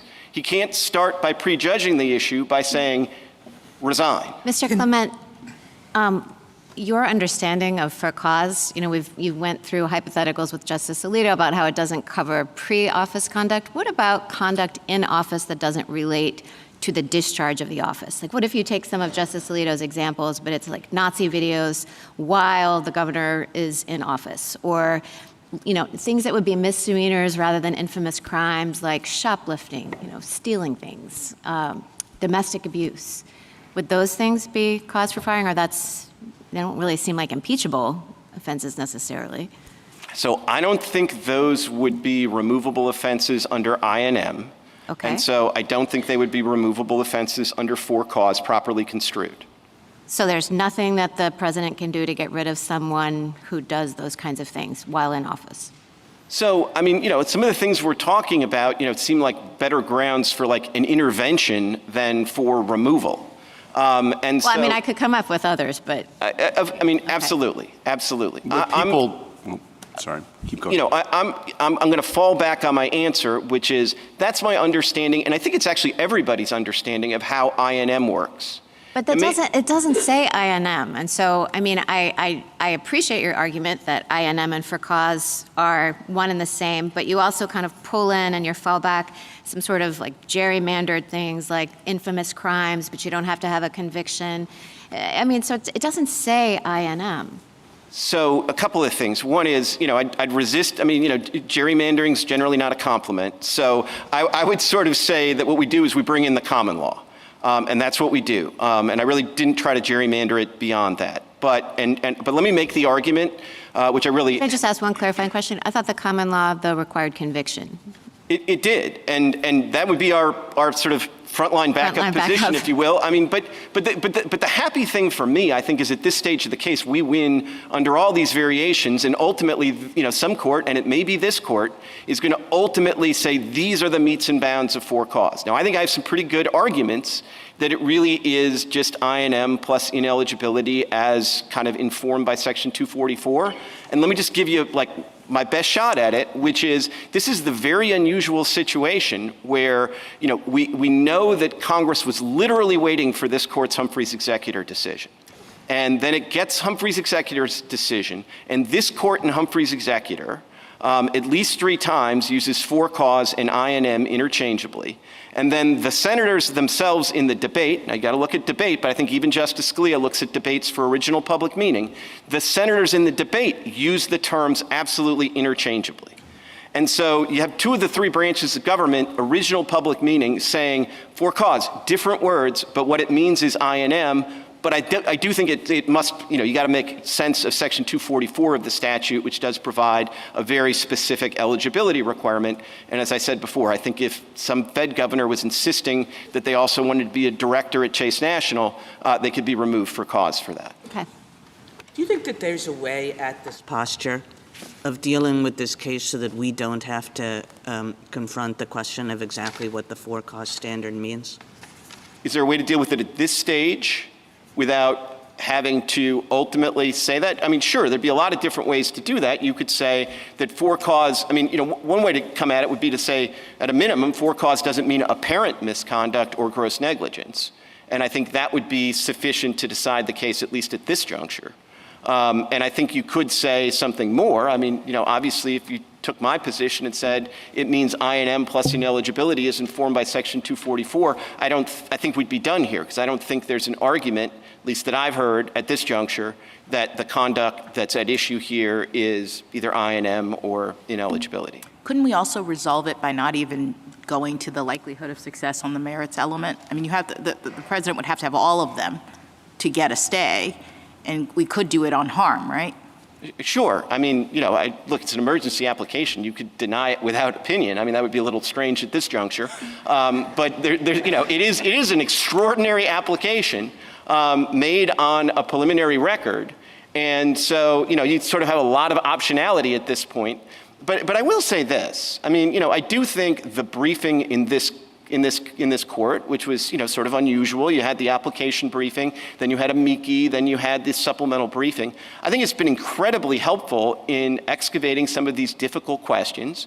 I mean, you know, I've looked at almost all of these common law cases. I have a different view than General Sauer on some of these questions. And, you know, in particular, I think it's very important, and I want to get this out, that if you look at Shurtleff, one of the things at Shurtleff, there's a line there that says that where Justice Peckham is invoking the common law, and he says that as long as there's certain causes, statutory restriction for certain causes, that's the term he uses, then there's notice in a hearing. He cites 7 common law cases. Now, if you look at those common law cases, 3 of the 7 just say for cause. And 2 of them say good behavior, which is even less. And then 2 of them have a more specific cause. So that's, to me, the best contemporaneous evidence that we're actually right about the issue, that if it just says for cause and it doesn't say for a particular kind of cause, you get notice and an opportunity for hearing. But that's the kind of thing you can excavate on full briefing on the merits that I don't think you can in an application. Thank you, counsel. I guess I get back to where I kind of started, and all this description, these are all sorts of legal issues. You don't have anything more to say on the facts, right? It was an inadvertent mistake. I don't see how you can say anything more. We've had a broad range of discussion on the legal issues. Now, it's very helpful for us to have lower court decisions on those, and maybe that's reason enough. But again, I guess I don't quite understand what sending it back would be for, other than airing of the same sort of issues that we've been airing this morning. Well, I'm not going to resist too hard you deciding this on a more substantive ground that gives my client sort of, relief that's more enduring at this stage. But I will say that, another one of these like great common law cases is the Street Commissioners of Hagerstown, which happens to be the case that Black's Law uses for its definition of cause. And one of the things it specifically says there is, like, even if you don't think the due process, the notice in a hearing is going to amount to much, it's still an error not to give it, and we're still going to essentially not allow this removal to happen because there wasn't notice and an opportunity for a hearing. So it may not be an error to go through the process of your client coming in and say it was an inadvertent mistake. Since it was inadvertent, I don't have much more to add to that. And the argument on the other side being what the president said, well, I think this is a serious enough mistake, and so that's why I'm removing her. There's only so much I can say to resist the idea that, we think this was at most an inadvertent mistake. We would have liked a more, a sort of opportunity to do that and present our actual evidence, which would have substantiated that. But we also think at the end of the day, inadvertent mistake isn't like very close to for cause, particularly when you understand the unique nature of this institution. What is your actual evidence that would substantiate the fact that it was an inadvertent mistake? I think the fact that there's an attachment to one of the applications that describes it as a vacation home. Well, and that's not. We've got that too. I understand, but the president didn't. And it seems to me that, usually when there's a procedural omission, one doesn't say, well, at this point we got everything we need, so forget the procedural omission. Again, I'm not really going to resist that, especially if you're going to, say you're with me on the substance. But it does seem to me if you want to reserve judgment on the substance or you want more briefing on the substance, you could say, and this is, whether it was constitutional due process or statutory due process, I think this is the gist of the D.C. Circuit's decision, is like, at a minimum, you didn't get the process you were supposed to, so the government doesn't get this extraordinary emergency stay. Justice Thomas? Just so I'm clear, for you to prevail, we would have to say cause is the equivalent of INM. No, I don't think so, Justice Thomas. I think you could really take any definition of cause that we've been sort of batting about, with the exception of General Sauer's definition, and we would prevail. I think the only, and I do think the definition that's presented to you by the president is a pretty extraordinary one, because, General Sauer's a very careful lawyer. So in his briefs, he doesn't talk about mortgage fraud, he talks about apparent mortgage fraud. And when you're talking about apparent misconduct as opposed to actually found misconduct, that A, doesn't get for cause, and B, it sort of is advertisement that you have a process failure. And so the fallback then is or gross negligence. So one way to think about this is, if the standard of for cause is more demanding than gross negligence, then we certainly win. And we didn't even get a chance to sort of argue about gross negligence. What is your, if it's not the equivalent of INM, what are some of the other standards that you would apply that would be sufficient for you to prevail? So I think the single best reading of the statute is INM plus ineligibility as informed by Section 244 of the statute. I think then my fallback would be, then you pick up the common law, and if the common law makes you uncomfortable because of Justice Alito's hypos, you could tweak the common law. But you would then be tweaking the common law. And that's why, honestly, at the end of the day, although it's uncomfortable for a few moments to answer some of those hypos, you always have impeachment as the backstop, and we had, 90 years, plus if you go back to the Interstate Commerce Commission in 1887, almost 150 years with INM, and this didn't really pose a problem in practice. Justice Alito? Do you think that we should decide this case on the factual ground that what is shown by the materials that are before us shows nothing more than gross negligence, which is insufficient. Should we make that factual finding in the first instance? I understood your answer to be, you should do that if you're going to find in favor of me, but you shouldn't do it if you're going to find the other way. I'll stand by that answer.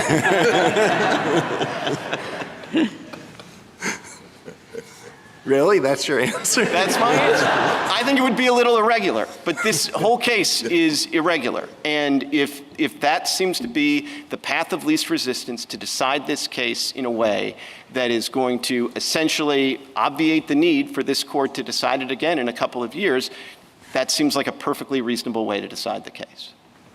Thank you. Justice Sotomayor? This whole case is irregular. Starting with the Truth Social notice, or thinking of it as notice at all, certainly didn't invite an opportunity to be heard. But that's where we are. Now the question becomes, and you answered the Chief and said, I don't have more to present. I don't know where you presented anything. You have a letter from you that basically says that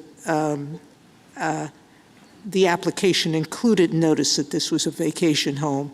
But that's never been given to the president. That's never been filed with a court, or no one's ever seen it. It's just statements being made. So I don't know why a factual hearing would be irrelevant. So assume, as I do for the purposes, that she did fully disclose this was a vacation home. So now the question is this, what she did, negligence or gross negligence? Does cause include just mere negligence? I think that you have a very strong argument under any reading of cause that mere negligence pre-office would not qualify, correct? Correct. All right.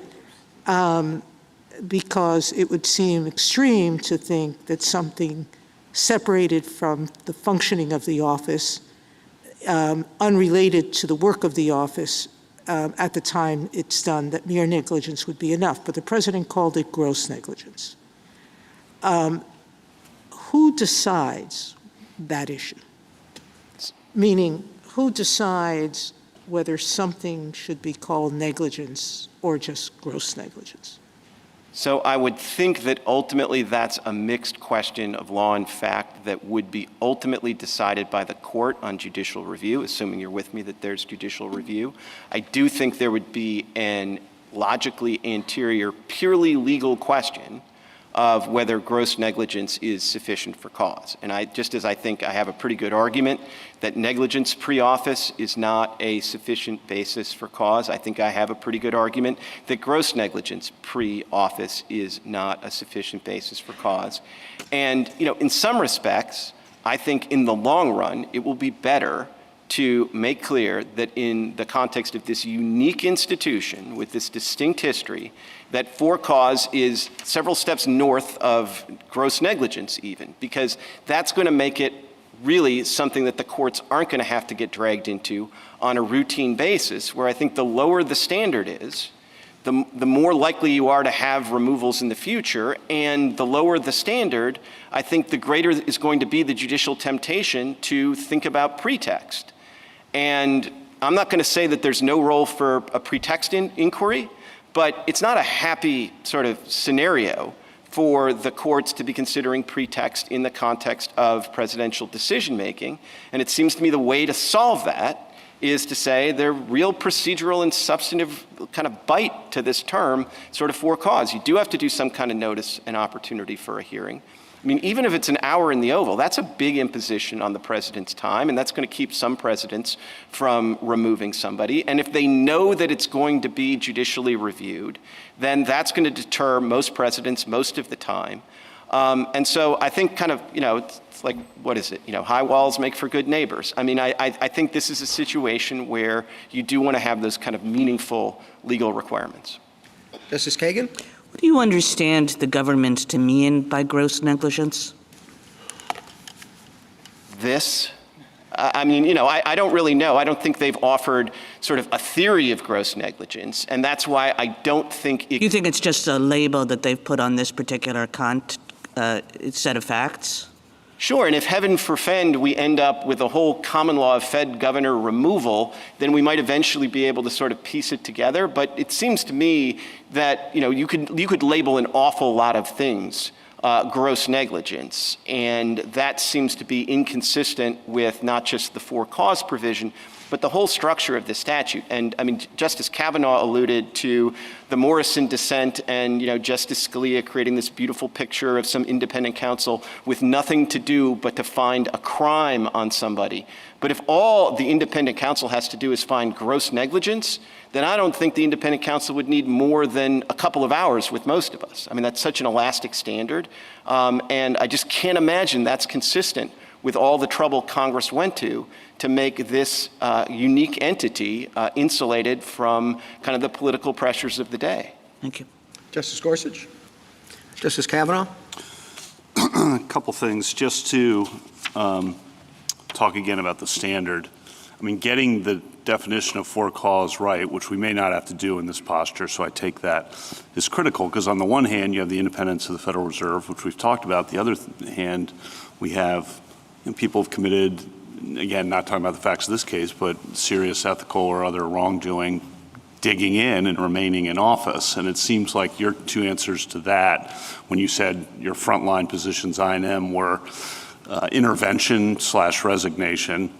And I'm not sure that really works with some people who are going to just dig in. You know, they're not going to leave. And then the other was impeachment, but of course, with the 2/3 requirement in the Senate and the time constraints of the House and Senate, I'm not sure that's available as often as you say. All of which is getting me to the point of, I don't see how the frontline position really can be the final position without making, kind of tilting the balance here too far the other direction from where the Solicitor General is. You just want to tackle that at all? I mean, you've covered it, but I want to get it out one more time so you can succinctly answer it. Sure. I think the best thing that I haven't said already that I could add is I think in the unique context of this particular agency, you want to strike the balance more in favor of keeping an official who maybe in a perfect world would be removed, because, you know, this is the opposite of the situation in essentially all of the other situations, with the possible exception of like the tax court and the court of claims and the court of military appeals. Here, I think, you know, it's less important that the president have full faith in every single governor, and it's more important that the markets and the public have faith in the independence of the Fed from the president and from Congress. And in this regard, I think it's, you know, this is not a situation where unlike Myers, which is the ultimate example, where the president's trying to arrogate some power away from the executive. This is a situation where Congress, political animals, one and all, knew better than anyone that the short-term temptations to lower interest rates and have easy money was a disaster in the long term, but was going to be irresistible. And so they tied their own hands by taking the Fed out of the appropriations process, and they tied the president's hand. And I think they tied the president's hand in a pretty significant way. And I understand the concerns about the balance, but I would say in this one context, it probably makes more sense to, you know, and maybe you want to, you know, bring in a little bit of common law, and that's fine with me. But I do think you want to strike the balance so that the ultimate imperative is that the markets don't think that rates are being lowered for political pressure. When rates are lowered, the markets are going to understand that that's actually prudent financial management of our monetary policy. In your colloquy with the Chief Justice about what a hearing would look like within the executive branch with the president or with the president's designee, I just want to make sure I have this clear. In that hearing, you could make legal arguments as well, I assume, not just factual arguments, but legal arguments to say, we don't think this rises to the level of for cause. Basically, the kinds of arguments that you've made here, you could make to the president in the same way in an impeachment proceeding. People make legal arguments to the Senate about what exactly is high crimes and misdemeanors, correct? Correct. And obviously, the nature of the hearing is going to inform the scope for that. If it's, just half an hour with the president, I don't know how much you're going to get into sort of legal briefing. But if you did do anything like Taft, or you just said, well, we got a couple of ALJs lying around, we'll have one of them just sort of hear the evidence on this. I mean, then I would expect there to be presentation on both evidence and law. And just for the kind of simplest way, and this Justice Kagan was asking, to decide this case, I think one way would just be say there was insufficient process, and therefore we, at this juncture, deny the government's application. Thoughts? I think that would be a very simple way to decide this case. I think perhaps the defect that was alluded to in the colloquy with the Chief Justice is that probably is also, the way that probably maximizes the chances that it gets back here on the merits, whereas if you decided to go a little further and say something substantive, it might bring all of this to an end, and there's probably some virtue to that. Certainly there's some virtue to that from my client's perspective. Thank you. Justice Barrett? I want to ask you about irreparable harm. You were just talking to Justice Kavanaugh about the uniqueness of the Fed and its need for independence. And the government, because it has not challenged the removal restriction, for purposes of this case, I think we're all operating on that assumption. When the president, if you're thinking about the unitary executive, when the president has untrammeled authority to fire a subordinate, keeping that subordinate in office, I think inflicts maybe a different kind of irreparable harm than the argument that the government would be able to make here, because the president doesn't have the same control over the Fed, at least based on the assumptions we have in this case. What do you think about that? And what kind of an argument would you make what is your best case argument that the president is not suffering irreparable harm by the inability? Let's assume that he has the ability to remove Governor Cook. Let's assume that some of your merits arguments are going to lose. They still have to show irreparable harm. So what's your best argument that he's suffering none?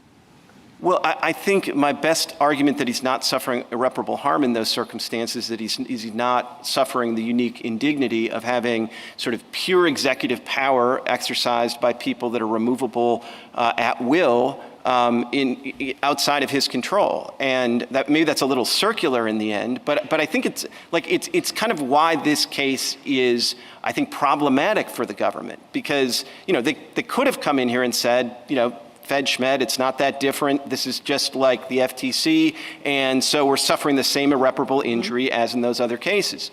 But when they come in and say, no, we're going to accept that the Fed is different, at least for purposes of this case, and that we can't remove somebody just for policy disagreements, then having somebody continuing in office just because you have a different conception of for cause than they do, or than you've been able to persuade a court so far about, doesn't strike me as irreparable harm. And then on the other side of the ledger, I think there are enormous irreparable harms here that really don't have an analog in most of these other situations. I don't mean to denigrate any other agency, but there's a reason that monetary policy has been treated differently for these many years, and there's a reason that the markets watch the Fed a little more closely than they watch really any other agency of government. Justice Jackson? So you've had a couple questions about what good is a hearing? What would a hearing do in the situation where Ms. Cook has made a statement through her lawyer about the allegations? I guess I'm wondering, setting aside for a moment the standards for cause, don't we have to have a circumstance in this kind of situation in which the facts are established? In other words, I thought the work of the hearing, even in this situation, would be to establish when these applications were signed, what she thought she was attesting to, what actually was going on with respect to these documents that the president is pointing to that says, and he says they establish her deceit and gross negligence or whatnot. And I think before we even get there, we have to know what the facts are related to this. Isn't that what the hearing would be about, at least in part? I think it would be, and maybe, though, to try to defend my, heads I win, tails you lose answer to Justice Alito, I mean, you could think about this by analogy. I mean, there's certain circumstances where you essentially grant a motion to dismiss for one side. You basically say, look, we didn't have a hearing here, that was a mistake, but even on sort of the best reading of the evidence, this is at most an inadvertent mistake, and so there is no for-cause removal, in which case my client would win. On the other hand, if, normally you have that kind of evidentiary hearing, and that is to establish sort of the facts, and then you then apply the law to those facts that have been established. But there are circumstances where you sort of don't need any more facts. But then you're in Justice Kavanaugh's world, which is you would still at the hearing then go to the legal question of whether or not what you agree happened here counts as gross negligence. You would say it has to be at least that in order to satisfy the for-cause standard. The other side would say no. So there's some work to be done in a hearing. Absolutely. And another way of putting it is, look, the denial of the hearing to my client, if she does indeed have a right to a hearing, cannot be harmless error. Like, it just can't, no matter what you think of the facts. On the other hand, if you agree with us on the law, you could still resolve this case in her favor on the grounds that, there were two mistakes here. One, she didn't get a hearing, but we don't have to remand for a hearing or any of the rest, because even on the facts kind of most, in the light most favorable to the government, this isn't a removable offense. Can I go quickly to the standards? Because as I read the sort of what happened here, it wasn't as though the district court just sort of made it up in terms of what she thought should count as for cause. My understanding is that she was looking, as you've said several times, to the common law and what courts have traditionally said. And I see, for example, a Maryland court, Board of State Commissioners of Hagerstown, in 1903, which is around the same time as the establishment of this statute, that said, quote, the phrase for cause must mean some cause affecting the ability or fitness of the incumbent to perform the duty imposed upon him. And other similar courts at the time talked about pre-tenure conduct and said if it was pre-tenure, it can't be sufficient cause unless it was serious enough to undermine the job performance. A mere allegation was not enough back at common law. It had to have been tested and proven, like through a conviction. So these standards that were used here to determine, at least at the district court level, whether cause was satisfied came from somewhere. Is that right? Absolutely. And, I love that Hagerstown case because not only is it a very helpful common law case, but it's actually the basis for the definition in Black's law that the government and Judge Katsas below relied on. I mean, Black's law is an unusual dictionary. It just doesn't sort of, pop out the meaning from Noah Webster's mind. It cites cases for particular concepts. And the case it cites for cause is that Hagerstown case. And so all the hypotheticals, I mean, we see them and they might be problematic, but they would be tested against the standards that the courts have applied, right? Absolutely. And if I could just elaborate in one respect, I mean, if you think about pre-office conduct, there's only two kinds. One, there is pre-office conduct that was disclosed to the Senate in the confirmation process. And as to that, even the government sort of says, well, you probably shouldn't let the next president sort of relitigate all of that. And then the second kind is stuff that was undisclosed. And if it's as serious as we're talking about, that's essentially the nominee, defrauding the Senate. And so I actually think in that respect, impeachment is probably a more fit remedy than it might be in some other circumstance, because you're going to have whatever the conduct is, plus you're going to have the Senate being pretty darn vexed that was withheld from them in the confirmation Final process. question. I took you to be conceding that there was notice here, and I guess I'm a little concerned about that. I mean, are you conceding that a posting on social media is sufficient notice in a situation like this when the president is seeking to remove a governor for cause? So what I would say is, I think... I know it happened. She got notice. We live in a world that is connected, but I guess isn't notice a particular thing in the common law? or in our I mean, put law? it this way, like, I don't sort of resist the idea that the Truth Social post is notice, because I think it's also fundamentally defective notice, because it's also indisputable evidence that the president prejudged the matter. And Right, so it's because not the kind of notice So hypothesize he didn't say you are fired or you should be fired. Hypothesize he just said, I have this information and I intend to fire the governor. Why wouldn't he have to send the letter to her? How is it that we can assume that she's on social media or has looked at the news, or that that's sufficient notice even if she did turn on the news and he's saying that? I don't know why that would be enough. Look, I might make that argument, but that doesn't seem, I mean, if he said on Truth Social that, look, here, I have this allegation and I'm going to convene a hearing at, the Roosevelt Room at 4 p.m. tomorrow, please bring all your evidence. What if she doesn't have a Truth Social account? She doesn't show up. Is that enough notice? I think under those circumstances, probably not. But I think as a practical matter, in most circumstances, the president puts it on Truth Social. Most people, most of the time, are going to consider that to be notice. Again, part of the reason I'm not resisting is, or I'm, sort of moderating this, is because, this notice isn't the kind of notice the common law envisioned, because the common law would envision notice that didn't prejudge the matter. Thank you. Thank you, counsel. Rebuttal, General Sauer?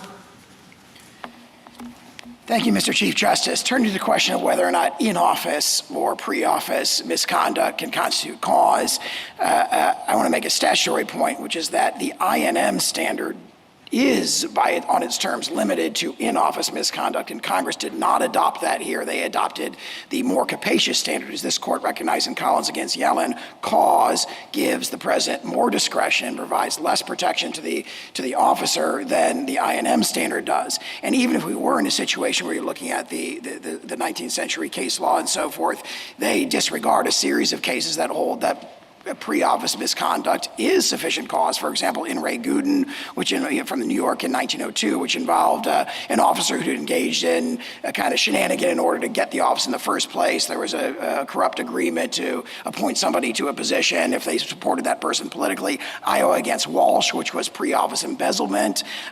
Gill against Watertown, a case they rely heavily on. It was said in dicta, at least, that gross frauds committed before office would constitute cause to remove. So there really isn't support anywhere for this notion that pre-office misconduct can't be considered when it comes to a cause standard.